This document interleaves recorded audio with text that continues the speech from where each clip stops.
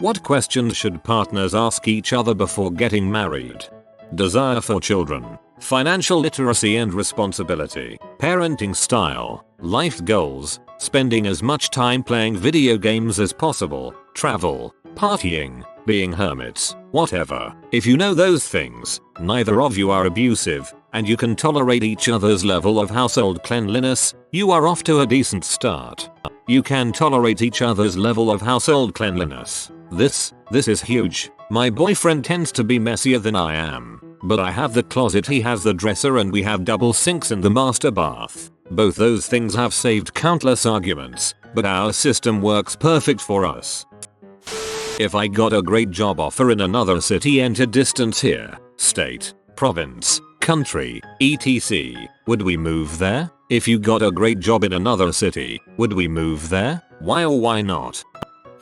Not so much a question you can ask, but one you'd benefit from having answered through experience. How does your partner deal with you at your lowest? My wife and I have both had serious instances of low moods in the past, based around anxiety, self-esteem, work-related stress, etc. We had already told each other we wanted to spend our lives together long before I proposed, but it was experiencing how each of us was fully there for the other during those hard times and how we build each other up and support each other wholeheartedly that really cemented how right we are for each other. Ditto. If you can handle tough times together, you have the experience to know that you can continue to support each other throughout marriage. That's one reason why it's important to date for a while before marriage. How are we going to divide holidays between our families, and which holidays will we spend as a couple?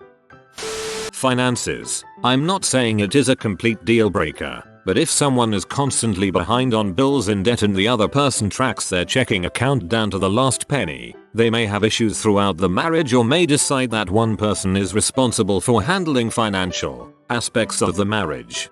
My in-laws were like this. My mother-in-law took care of all the finances, cooked and cleaned. After she passed away, my father-in-law won't take care of his own finances. My wife manages them for him, doesn't cook for himself. He'll eat out 2 or 3 times a day, and my wife has to practically yell at him to clean the house, take out the trash when we stop over.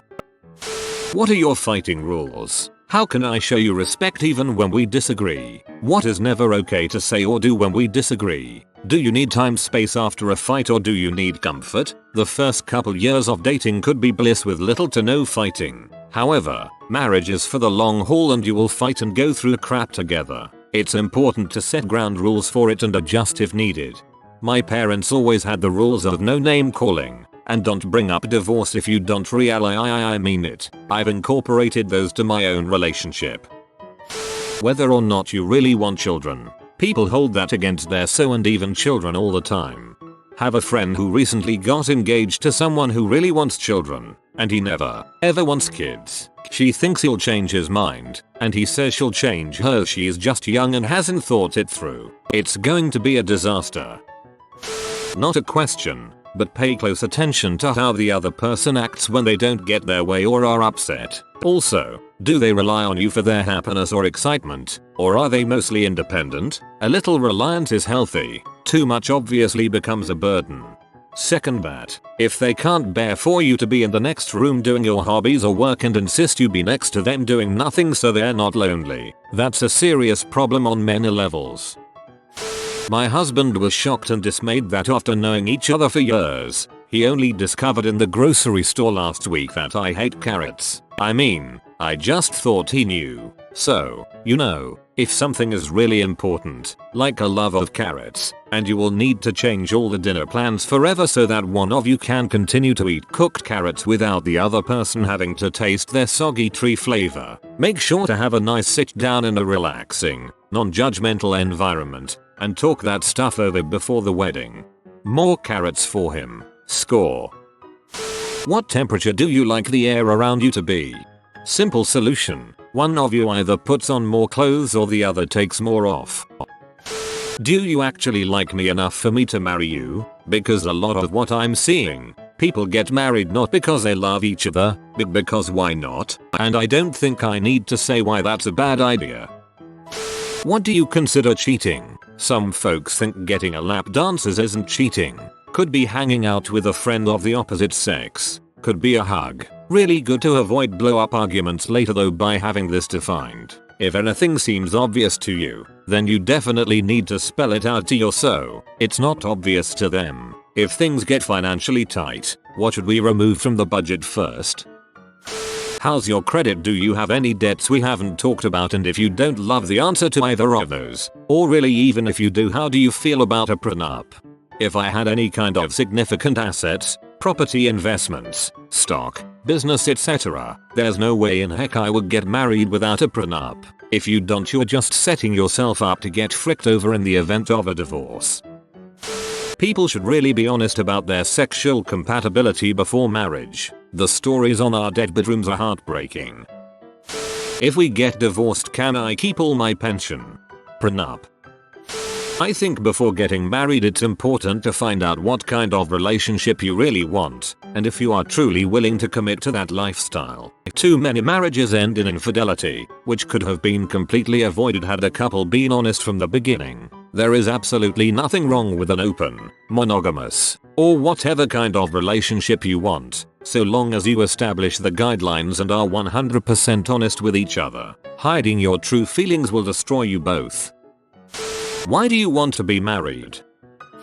I'm coming up on my 1-year wedding anniversary. We got married on our 7-year anniversary from our first date, and moved in together after a few months. My advice is don't rush into marriage. Get to know each other inside and out, live together, and find out if you're both able to get through the little and big things. The important things you should ask yourself before marriage are: 1. Are you able to discuss opinions, feelings openly? 2. Can you count on your partner no matter what comes up? 3. Are you willing to put in the work when things get tough?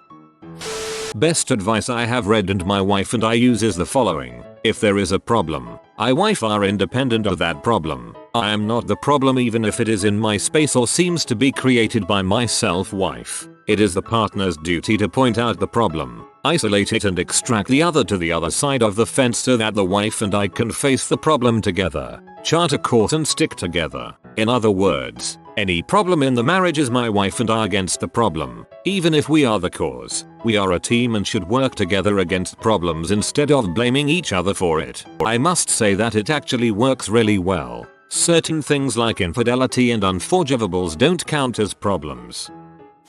I'll probably get torched for this, but people change their opinions on most things as they grow. The key is to find somebody who is evolving in the same direction as you. Do you close cabinets? Can you do your own laundry? Do you clean up after yourself, or is your place so clean because you're never home to frick it up? Minor, but man rage inducing after a few years. What would you want your future to look like, even if we weren't together? I had a significant other who I loved so much and he loved me the same. I realized we had two very different futures. I didn't want to settle into a home until I was 27 so I could travel the world, and wanted to build my own house. He bought his grandma's old house when he was 20 and was ready to stay in place forever. Love is about sacrifice, but for one to change their whole future for another, that will hold resentment and darkness over the relationship.